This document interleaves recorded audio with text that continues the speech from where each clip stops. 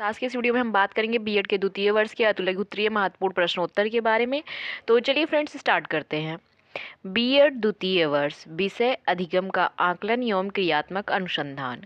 अतिलघुत्तरीय महत्वपूर्ण प्रश्नोत्तर भाग 2। प्रश्न 1, निबंधात्मक परीक्षण के गुणों का वर्णन कीजिए। उत्तर, निबंधात्मक परीक्षण के गुण निम्न हैं। नंबर 1, निबंधात्मक परीक्षण के द्वारा छात्रों की ज्ञान, रुचि एवं अभिवृत्तियों का मापन किया जाता है। नंबर 2, निबंधात्मक परीक्षण के द्वारा छात्रों की मानसिक शक्तियों का मापन किया जाता है। नंबर 3, निबंधात्मक परीक्षण के द्वारा छात्रों के व्यक्तित्व के विभिन्न आयामों का मापन किया जाता है। नंबर 4, निबंधात्मक परीक्षण छात्रों को विस्तृत अध्ययन एवं चिंतन के लिए प्रोत्साहित करते हैं।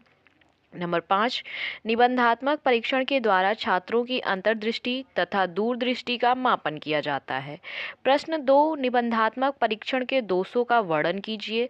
उत्तर, निबंधात्मक परीक्षण के दोष निम्न हैं। नंबर 1, निबंधात्मक परीक्षणों की विविधता में संदेह बना रहता है। नंबर 2, निबंधात्मक परीक्षण व्यक्तिनिष्ठ होते हैं, वस्तुनिष्ठ नहीं, अतः यह परीक्षण ना तो वैध होते हैं और ना ही विश्वसनीय।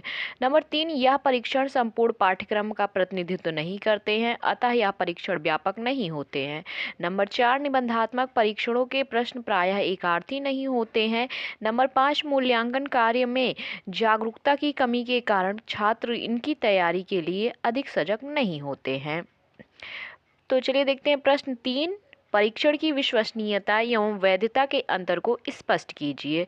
उत्तर, परीक्षण की विश्वसनीयता तथा वैधता के दो प्रमुख गुण हैं। परीक्षण की विश्वसनीयता परीक्षण का आत्म सहसंबंध होता है, जबकि परीक्षण की वैधता परीक्षण का किसी बाह्य कसौटी के साथ सहसंबंध होता है। परीक्षण विश्वसनीयता तथा वैधता में काफी गहरा संबंध है। यदि परीक्षण का स्वरूप समझातीय है तो इसमें परीक्षण की वैधता परीक्षण की विश्वसनीयता पर आधारित होती है। इसका तात्पर्य है कि जिस समझातीयता परीक्षण में विश्वसनीयता नहीं होती है उसमें वैधता भी नहीं होती है। परंतु यदि परीक्षण का स्वरूप विषम जातीय हो जाता है तो परीक्षण का एकांश द्वारा स्वतंत्र गुण अथवा कार्य का मापन होता है। तो ऐसी परिस्थितियों में परीक्षण की वैधता परीक्षण को विश्वसनीयता पर आधारित नहीं होती है। ऐसी परीक्षण की आंतरिक संगति विश्वसनीयता न होने पर भी परीक्षण की वैधता काफ़ी अधिक होती है। तो चलिए फ्रेंड्स देखते हैं प्रश्न 4, जो कि है सहसंबंध का महत्व लिखिए। उत्तर, सहसंबंध के द्वारा ही अनेक वैज्ञानिक, सामाजिक तथा आर्थिक क्षेत्रों में दो या दो से अधिक घटनाओं के आपसी संबंधों का स्पष्टीकरण मिलता है। इनकी सहायता से इस बात का आभास होता है कि विभिन्न समस्याओं के कारण तथा परिणाम में कितना और किस प्रकार का संबंध है।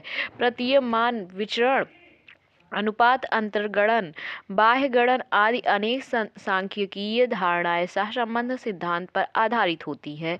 सहसंबंध का प्रभाव हमारी भविष्यवाणी की अनिश्चितता को कम करना है। चलिए फ्रेंड्स देखते हैं प्रश्न 5, जो कि है क्रियात्मक अनुसंधान क्या है, स्पष्ट कीजिए। उत्तर, क्रियात्मक अनुसंधान हमारे विद्यालयों तथा शिक्षा संस्थानों के लिए एक नए आंदोलन के रूप में मुखरित हुआ है। शिक्षा में क्रियात्मक अनुसंधान विद्यालयों की कार्य पद्धति में सुधार तथा विकास लाने के लिए एक सराहनीय कदम है। इसके अंतर्गत अनुसंधानकर्ता कोई विशिष्ट व्यक्ति न होकर विद्यालयों से प्रत्यक्ष रूप से संबंध रखने वाले लोग ही होते हैं। इनका उद्देश्य उपाधि प्राप्त करना ही होता है। डॉक्टर स्टेफन एम कोरी के अनुसार क्रियात्मक अनुसंधान वह प्रक्रिया है जिसके अंतर्गत अपनी समस्या का वैज्ञानिक अध्ययन इस उद्देश्य से करते हैं कि उनके निर्णयों तथा कार्यों की उचित दिशा प्राप्त हो सके, उन्हें सुधारा जा सके तथा उनका मूल्यांकन संभव हो।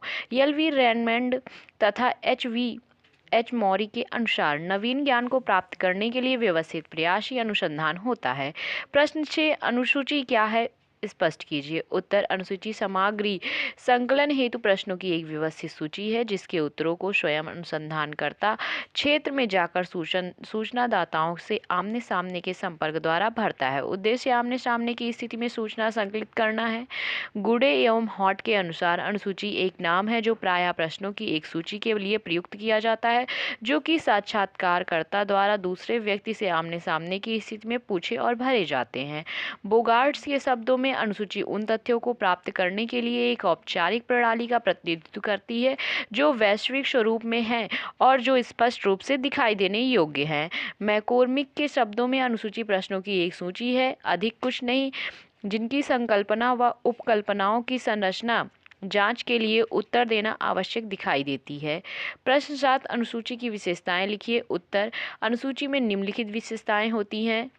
नंबर 1, अनुसूची का प्रयोग सामाजिक अनुसंधान की एक प्रणाली के रूप में किया जाता है। नंबर 2, इसमें प्रश्न संग्रहित होते हैं। नंबर 3, इसमें प्रलेख औपचारिक होता है, उसमें आकर्षण का गुण नहीं होते हैं। नंबर 4, अनुसूची प्रणाली का उपयोग सीमित क्षेत्र के लिए किया जाता है। नंबर 5, अनुसूची में प्रश्न अनुसंधान समस्या से ही संबंधित होते हैं। प्रश्न 8, प्रश्नावली पद्धति के दोष लिखिए। उत्तर, प्रश्नावली पद्धति के दोष निम्नवत है। नंबर 1, गहन अध्ययन के लिए अनुपयुक्त। नंबर 2, प्रतिनिधित्वपूर्ण निर्देशन की संभावना नहीं। नंबर 3, पूर्व सूचना की कम संभावना। नंबर 4, उत्तर प्राप्ति की समस्या। प्रश्न 9, एक अच्छी प्रश्नावली में निहित आवश्यक गुणों को स्पष्ट कीजिए। उत्तर, एक अच्छी प्रश्नावली में निहित आवश्यक गुण निम्नवत है। नंबर 1, कम व्यय। नंबर 2, विशाल अध्ययन। नंबर 3, उत्तर प्राप्ति की समस्या। नंबर 4, पुनरावृत्ति की संभावना। नंबर 5, सुविधाजनक। नंबर 6, पूर्व सूचना की कम संभावना। नंबर 7, स्वतंत्रता एवं निरपेक्ष सूचना। प्रश्न 10, प्रश्नावली की उपयोगिता को लिखिए। उत्तर, प्रश्नावली की सफलता एवं उपयोगिता उसके निर्माण एवं प्रारूप पर आधारित होती है। प्रश्नावलियों द्वारा प्रश्नों का उत्तर स्वयं सूचनादाताओं को देना होता है, अतः प्रश्नावली के निर्माण में अधिक सावधानी और सतर्कता की आवश्यकता होती है। प्रश्नावली का निर्माण कैसे किया जाए, इसके निर्माण में किन बिंदुओं पर ध्यान दिया जाए और इसका प्रारूप किस प्रकार हो, ये सब ऐसे प्रश्न हैं जिन पर प्रश्नावली को बनाने से पूर्व विचार कर लेना चाहिए, अन्यथा प्रश्नावली द्वारा वांछित उद्देश्य में सफलता मिलना असंभव है। प्रश्न 11, चित्रयुक्त प्रश्नावली पर संक्षिप्त टिप्पणी लिखिए।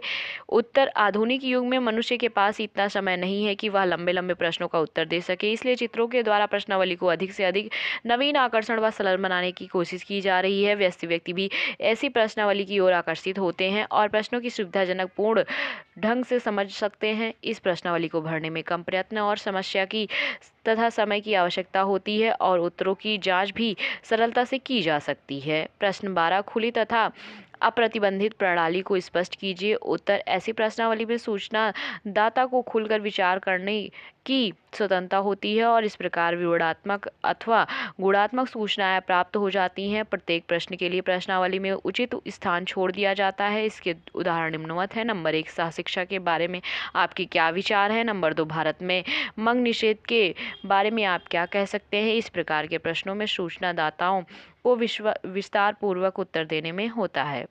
प्रश्न 13, व्यापक मूल्यांकन पर संक्षिप्त टिप्पणी लिखिए। उत्तर, व्यापक मूल्यांकन विद्यार्थियों का स्कूल आधारित मूल्यांकन है जिसमें विद्यार्थियों के सभी पक्षों को शामिल किया जाता है। व्यापक मूल्यांकन का सतत पक्ष मूल्यांकन की निरंतर और आवर्तीता पर ध्यान देता है। व्यापक मूल्यांकन व्यापक घटक बच्चे के व्यक्तित्व के चतुर्मुखी विकास के आकलन का ध्यान रखता है। इसमें विद्यार्थियों के विकास के शैक्षिक और सह शैक्षिक पक्षों का आकलन सम्मिलित होता है। प्रश्न 14, मूल्यांकन की उपयोगिता लिखिए। उत्तर, मूल्यांकन के द्वारा शिक्षा के क्षेत्र में बहुत से लाभ होते हैं। कोई बालक जितना जानता है, शिक्षा को अपनी कक्षा में कितनी सफलता मिलती है, शिक्षण विधि क्या है, शिक्षण को छात्रों के हित में किस प्रकार समायोजित करना है, आदि प्रश्नों का उत्तर मूल्यांकन द्वारा ही प्राप्त किया जाता है। छात्रों को यदि अपनी सीमाओं का ज्ञान और उन्हें दूर करना हो तो उन्हें मूल्यांकन प्रक्रिया से गुजरना ही पड़ता है। मूल्यांकन के माध्यम से शिक्षक सभी छात्रों की प्रगति के बारे में ज्ञान प्राप्त करता है और इसके आधार पर वह उनका मार्गदर्शन कर सकता है। इसके द्वारा छात्रों की समस्याओं का ज्ञान प्राप्त कर उन्हें उपयुक्त मार्गदर्शन दिया जा सकता है। इसी प्रकार विद्यालय की गतिविधियों में सुधार लाने के लिए मूल्यांकन आवश्यक है। प्रश्न 15, उपलब्धि परीक्षण क्या है, स्पष्ट कीजिए। उत्तर, उपलब्धि का ज्ञानोपार्जन या निष्पत्ति परीक्षण का अर्थ है किसी निश्चित कार्य क्षेत्र में अर्जित किए गए ज्ञान का मापन करना। इसके अंतर्गत यह देखा जाता है कि अपनी बुद्धि के अनुसार विद्यार्थी किसी विषय में कहाँ तक अध्ययन कर सका है। दूसरे शब्दों में उपलब्धि परीक्षा में बुद्धि तथा व्यक्ति के उसके उपयोग करने की शक्ति से लिया जाता है। सभी विद्यार्थियों को ज्ञान तथा ज्ञानार्जन की सीमा एक ही नहीं होती है, अतः समान मानसिक योग्यताओं से संपन्न होने के कारण वे सब एक ही अवधि में विभिन्न विषयों और कुशलताओं में विभिन्न सीमाओं तक प्रगति करते हैं। इसके लिए छात्रों ने निश्चित समय में कितना ज्ञान किस रूप में प्राप्त किया है, जीवन की परिस्थितियों में उन्हें कहाँ तक स्थानांतरित किया है, आदि की जांच उपलब्धि परीक्षण के माध्यम से किया जाता है। अतः हम कह सकते हैं कि उपलब्धि परीक्षण वे परीक्षाएं हैं जिनकी सहायता से विद्यालय में पढ़ाए जाने वाले विषयों और सिखाई जाने वाली कुशलताओं में छात्रों की सफलता या उपलब्धि का ज्ञान प्राप्त होता है। फ्रीमैन के अनुसार एक शैक्षणिक उपलब्धि परीक्षण वह है जिसका निर्माण ज्ञान समूह में कौशल के मापन के लिए किया जाता है। गैरिसन तथा अन्य के अनुसार उपलब्धि परीक्षा बालक की वर्तमान योग्यता या किसी विशिष्ट विषय के क्षेत्र में उसके ज्ञान की सीमा का मूल्यांकन है।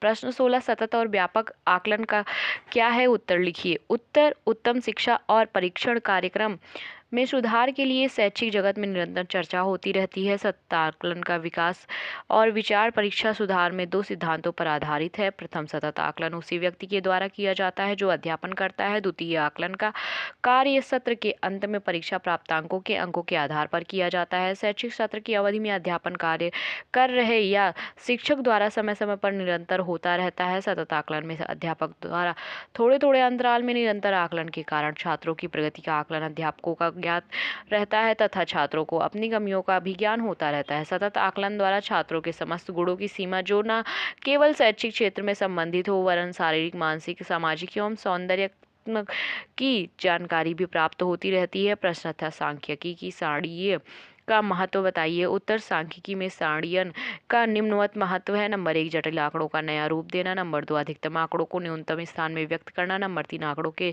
स्वरूप को प्रभावशाली एवं सार्थक बनाना। नंबर 4, आंकड़ों को तुलनात्मक रूप से प्रदान करना। नंबर 5, एक दृष्टि से विश्लेषणात्मक की क्षमता प्रदान करना। नंबर 6, कम समय में आसानी से आंकड़ों को समझना। नंबर 7, तथ्यों को आकर्षक, सरल व प्रभावशाली बनाना। नंबर 8, आंकड़ों को बोधगम्य बनाना।